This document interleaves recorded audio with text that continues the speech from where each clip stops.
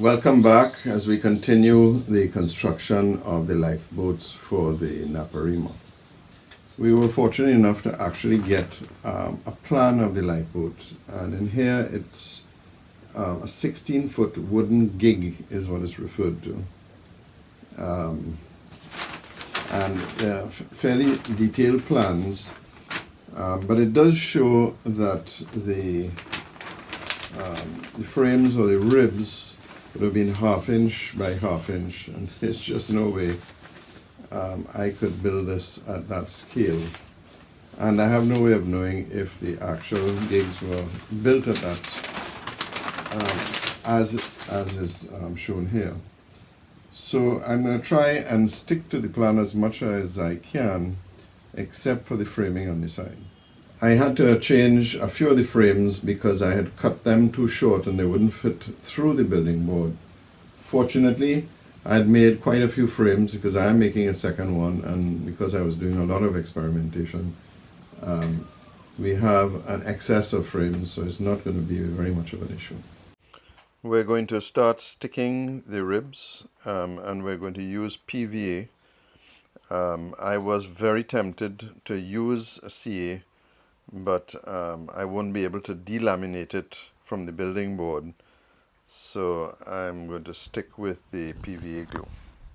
We have to change a few of the ribs because they were not going deep enough into the building board. So the most important thing is that we press the ribs down into the mold to get as tight a fit as possible, the same on the sides, because when we're finished we have to come with a sander and reshape the ribs to match the shape of the mold, and we won't get a second chance. Out with the smallest paintbrush we have and the smallest amount of PVA glue. It doesn't matter too much, I suppose, where we touch the building board, but certainly we don't want to get any of it on the side of the mold, because again this would be attaching the rib directly to the mold. You'll notice the clamps pushing the frame deep down into the mold, and this was very important to get that tight fit that we were referring to. When we come to do the second lifeboat, all the ribs will protrude the building board.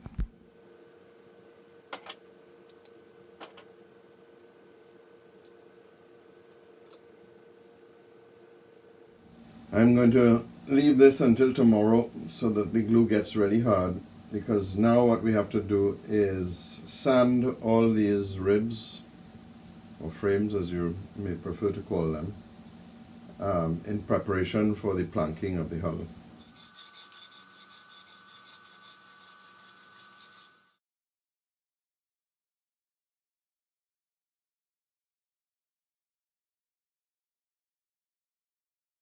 The keel is made up exactly as the mold was made up. The same 1 foot spacings. We simply got a piece of hardwood, in this case it's some juniper, and we've cut the slots on the table saw using the same spacer, so it will line up perfectly with the ribs.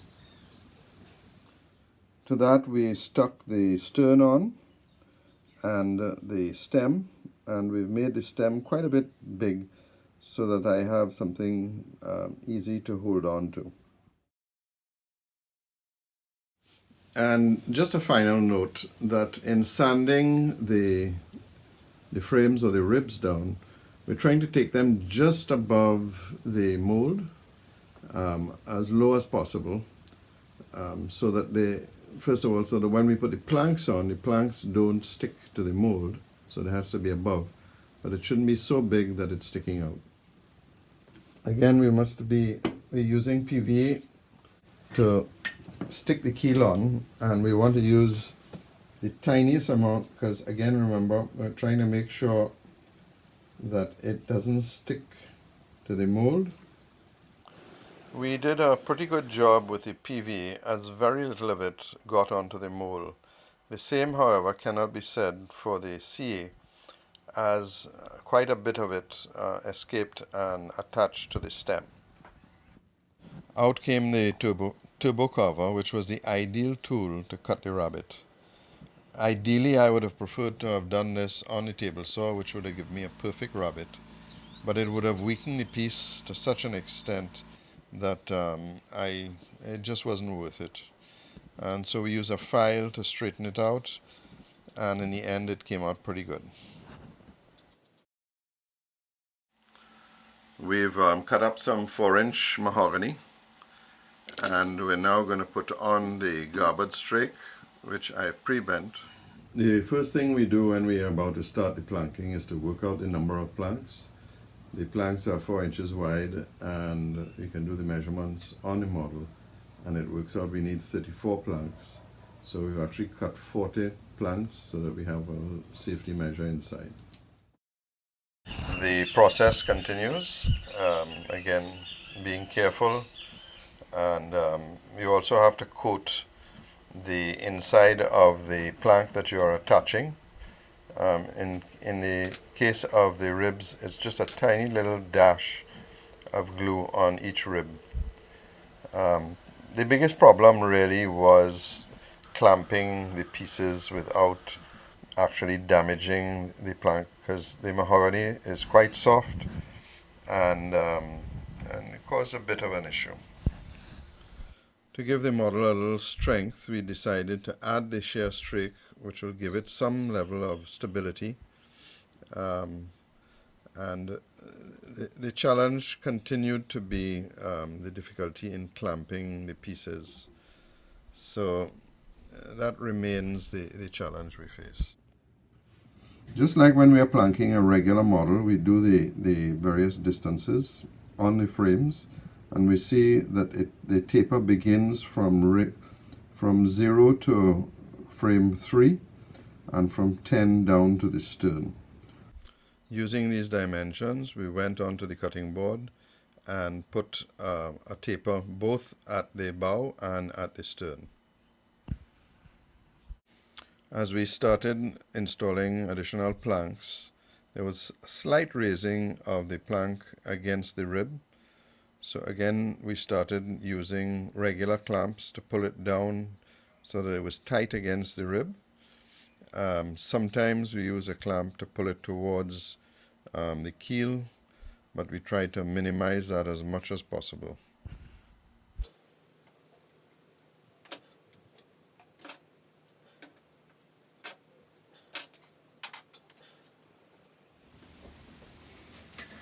Well, it's coming along. I'm not going to take you through all the various planking, just the difficult parts. Again, I'm going to be painting this white because that's how it is on the model. So any imperfections in the bottom of the boat, I'll deal with, and you'll never get to see it. But there's no question that you really have to spend extra time trying to get the planking perfect. Part of the problem is what's actually damaging the planks is the clamps. And I think on the next boat I'll actually use the juniper, which is a harder wood, which should not be subject to any denting caused by the clamping. We're coming up to the last frame, and the approach is the same, similar to if we were doing a large model. We're going to measure the space between each of the ribs and make a plank that actually will vary in length and fit that space perfectly. One of the things you may notice is that I've been using CA. It's just so difficult to get clamps to work that I'm finding the only way to do this is with a liquid clamp. So I'm using medium CA to achieve the goal. Having said that, I'm still using regular clamps. The bow clamp, which holds the plank, the front of the plank right up inside the frame, and the regular clamps to pull the sides in.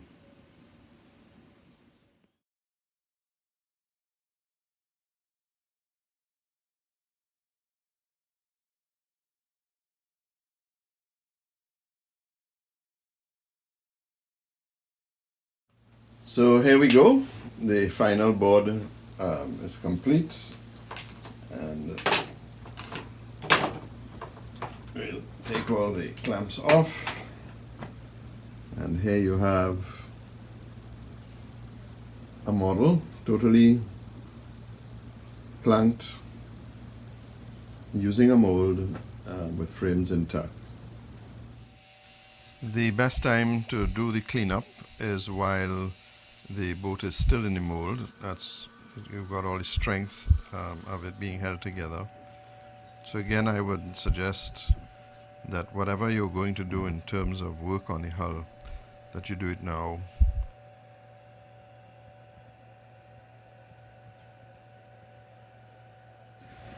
The first thing we do is soak down the inside edge.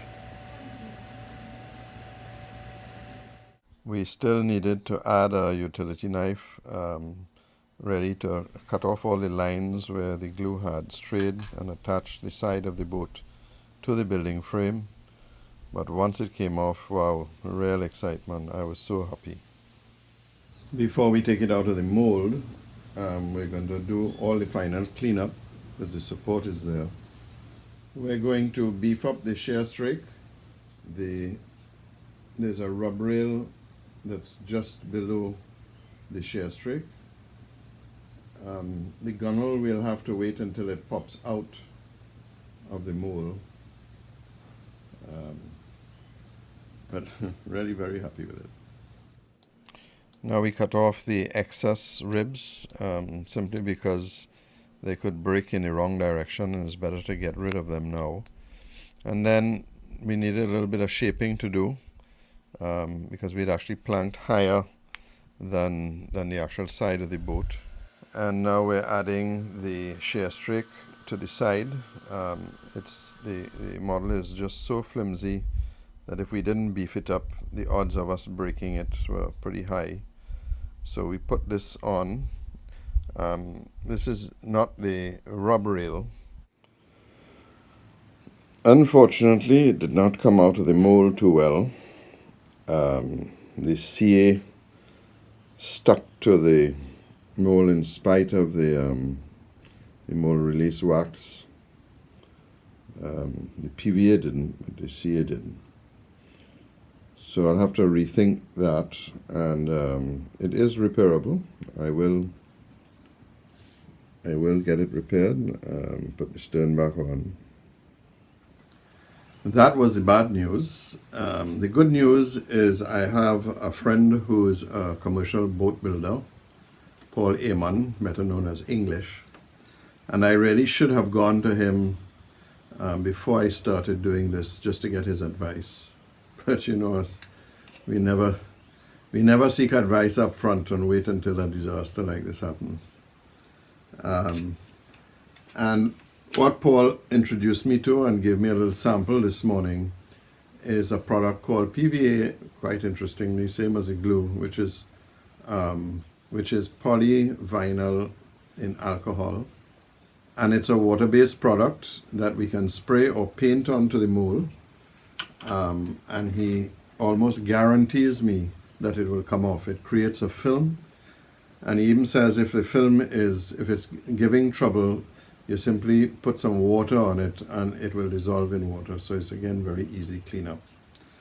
So I will repair the mold and clean it up, re-wax it, and then paint on with a brush this polyvinyl alcohol. Of course, I did tell you I would not show you my mistakes, but this film would be useless unless I showed you this major screw-up. That means there will be a part 3 of this video. It will start off with the completion of the internals of the lifeboat. I'm not going to bother to show you the repairs. And it will end with the taking out of the second lifeboat out of the mold, and hopefully that will go as easily as I tell you it will go. So we'll see you in the next video.